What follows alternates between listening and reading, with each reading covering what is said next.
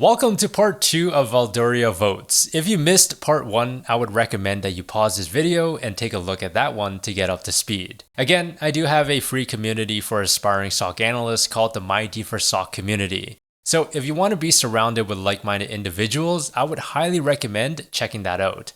Link will be in the description down below. Alright, let's continue on with section 4. What is Anderson Snooper's email address? Scrolling up, let's go ahead and run our employees table. And looking at Anderson Snooper's email, it is this right here. And actually, I don't have it in my notes, so let's include that. Question number 2 says, what is the email address of the person he was conversing with? Okay, the date of interest is going to be on October 8th. So I'll change the email where the sender is going to be Anderson Snooper.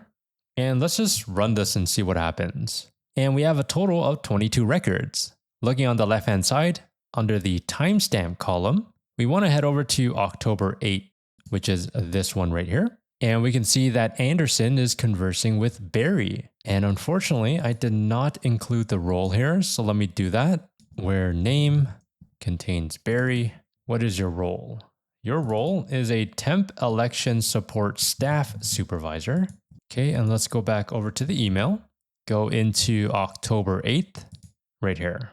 And looking at our subject, how would one theoretically access the voting machines? Can you help? Recall that when we were looking at the inbound network events, the threat actors were actually performing some searches to learn more about these voting machines. And since Barry is a temporary election support staff supervisor, they likely thought that, hey, Barry could be a nice point of contact to retrieve that information. So let's go ahead and double click Barry's email address and let's paste that into question number 2. Next is, what is Schmelly's job role? Well, it's actually a good thing that we put in our notes here. Snooper was observed asking Schmelly how one might gain access to what devices. That is going to be the voting machines. Schmelly claims he does not know how to access this device. However, Snooper insists he needs them to accomplish a specific task. What is it? And there is 4 words. To accomplish a specific task. Oh, actually, really, I need to access them to do my job though. So that is likely going to be our answer. Yeah, because he needs them to accomplish a specific task. That being, well, his job. Or at least that's what he says. What system did Schmelly mention? Okay, you know what? Instead of looking at Anderson Snooper as just the sender, let's include an OR, sender equals, and let's do Barry. Let's run that and head over to October 8th. And now we can see the back and forth between these two. So what system did Schmelly mention?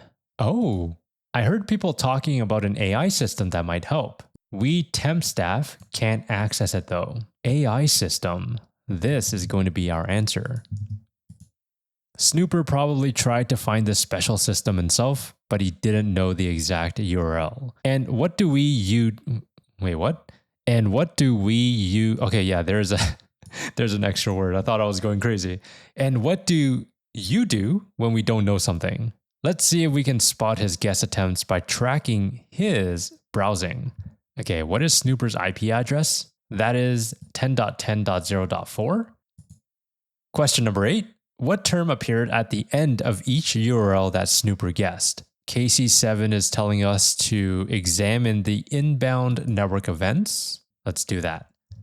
We'll use inbound network events where the source IP address equals 10.10.0.4 because we want to look into Anderson Snooper's activity.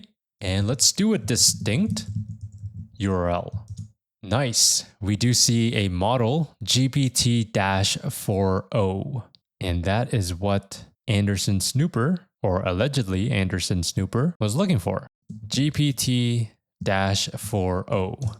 What was the first subdomain that Snooper guessed? Well, taking a look at the first one here, it is iRobot. But just in case, I am going to comment that out. And let's make sure that we sort the timestamp by ascending order.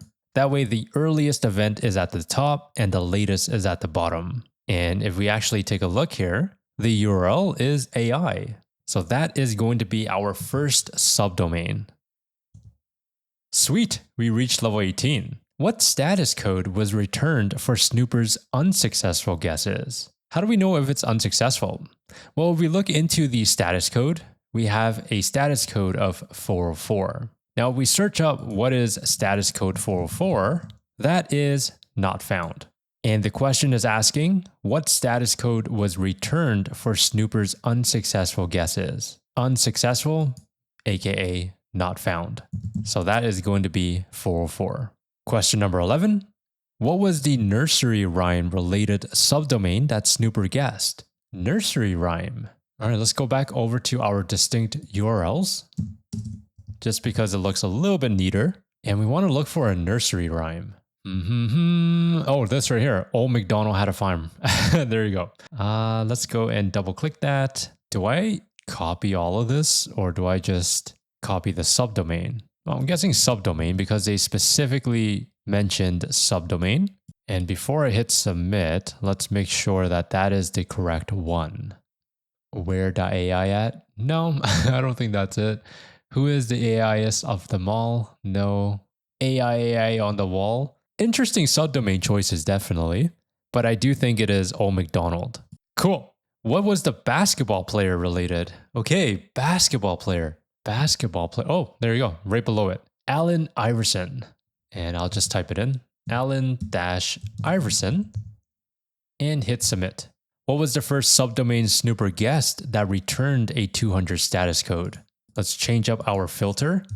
And we'll say where status code equals 200.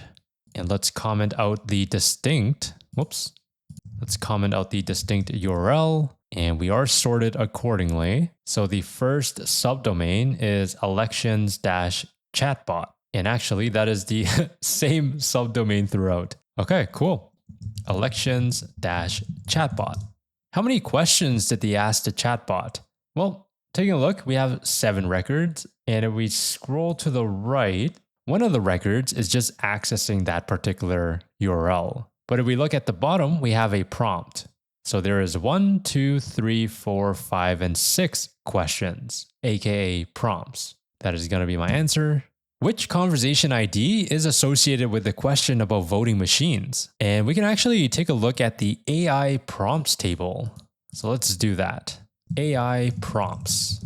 And yeah, we have a conversation ID, we have the prompt, and we have the response. And we want to look for the conversation ID that is associated with the question about voting machines. So why don't we do where prompt contains voting machines? And we have 1. The prompt here is, how do I access the voting machines? So this is going to be our conversation ID of interest. Let's pivot on that conversation ID to see what else that user searched for. Instead of where prompts, now I'm going to say where conversation ID equals, and then let's paste that in.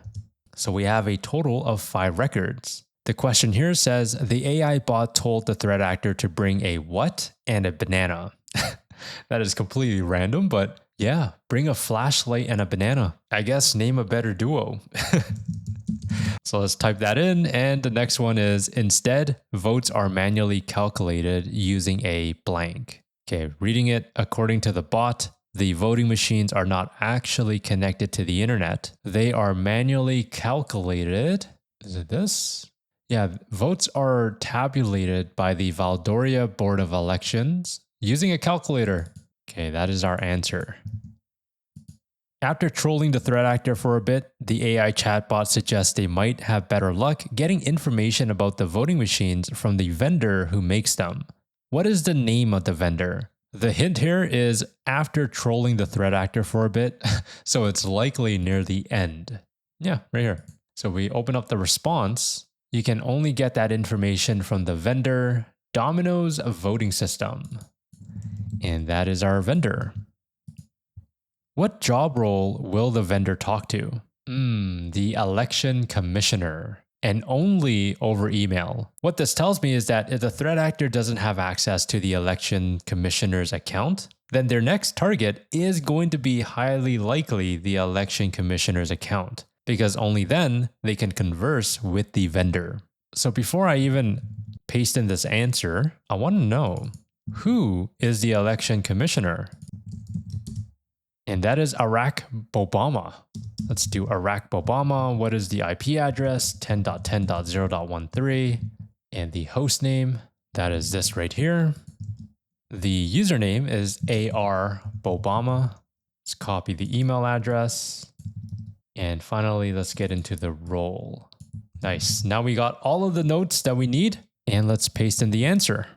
What is the name of the employee with that job role? That is Iraq Obama. Sweet, we are now on to section 5. Fortunately, the threat actors have not yet compromised Mr. Obama. Remember what I said earlier? If the threat actors do not have access to this particular account, this is going to be their next target. And it appears that we do have a transcript. Now this is likely an audio, but I'm not going to play it. Instead, I'll just read the transcript. Hello, thank you for calling the help desk. Can I have your name? I'm unable to access my email account. I need a password reset. So this right here is quite a reasonable request. And we have the help desk saying, I'm sorry, but your voice sounds strange. And you're calling at a strange hour, which yes, 11:58 p.m. And we can see that the help desk is following process. Before I can reset your password, I'll need to verify some information first. And let's see here. The caller is putting their foot down by saying, I am your boss. I need access to my email now or no one will get paid. Interesting. And the help desk eventually gave in. So they went ahead and resetted their password to Valdoria Votes 2024. And there you go. The threat actor now has access to Iraq Obama's account. So let's go ahead and type in, this is why we can't have nice things. When did they log into Obama's account? Let's go into authentications, and we want to replace AN Snooper with AR Obama. And before I run this query, let's go back to question number 1 and look into the transcript. So the date is at 2024 10/15, and they reset their password at 11:59 p.m. So anything before 2024 October 15th at 11:59 p.m., we want to exclude for now. And I'm saying for now because we want to find the actual activity of interest. But then depending on our investigation and our findings, we'll want to backtrack eventually if we need to. So October 15th is going to be the date of interest. So why don't I just put in 10:15, remove the time, and let's do 10:16. There you go. There is only one event. So this is likely our threat actor. They logged in right at 12 a.m. What IP address did the threat actors use to log into that account? This right here, 214. Sweet. Level 19. Question number 4. The threat actors using Obama's account were later observed sending an email to the voting machine vendor. What email address did they send this email to? Alrighty. Let's do email where sender equals, and we want to put in Iraq Obama's email account right here. And I am going to copy the timestamp query here and take a look. Okay, so there's nothing on the 15th. So this is prior to getting compromised or having their password reset. What if we extend this to, let's just do November 1st. Okay, we have some emails on October 31st. So what if I do December 1st instead? Yeah, okay. The latest email is November 6th. Cool. And if we look at the timestamp, again, we ignore the first two because it is before the threat actors logged in. On the 16th at 4:35:26 p.m., they emailed help@domino'svotingsystems.com, which again is the vendor for the voting machine. And the subject here is urgent assistance needed with voting machines. What email address did they send this email to? Well, let's go ahead and copy this. Question number 5. What PDF did the threat actors receive that might be useful to them later? What did they receive? Okay. So similar to what we did with the conversation between Anderson Snooper and Barry Schmelly. That was his name, right? Barry Schmelly? Yeah, Barry Schmelly. Okay. Let's put in or sender equals and put in the vendor's name. And let's follow the conversation. Oh, if we take a look, actually, there is an attachments column. And if we were to just scroll to the right, and if we take a look, there is one attachment here. Go ahead and double click it. And this is Valdoria Voting Machines Network Guide.pdf. And this was sent from the vendor over to Barack Obama. This is likely our answer to question number 5. Finally, we get into the last question, which is question number 6. The threat actors tried repeatedly to hack the voting machines, but because they weren't physically located in Valdoria near the machines, they couldn't turn their network compromise into changes in the votes. So that is good news for us. Let's go ahead and enter in "keep your hands off my vote" and click on submit. And just like that, you completed Valdoria votes. Congratulations on completing this lab, and I really do hope that you learned something new and are getting a lot more confident in your KQL skills, because I know I am. As a reminder, I have a free community for aspiring SOC analysts called the MyD4SOC community, and I hope to see you inside one day. That is it for the video, and I hope that you found that informative. If you did, let me know by hitting that like button and subscribe if you want to. Remember to stay curious and do things differently.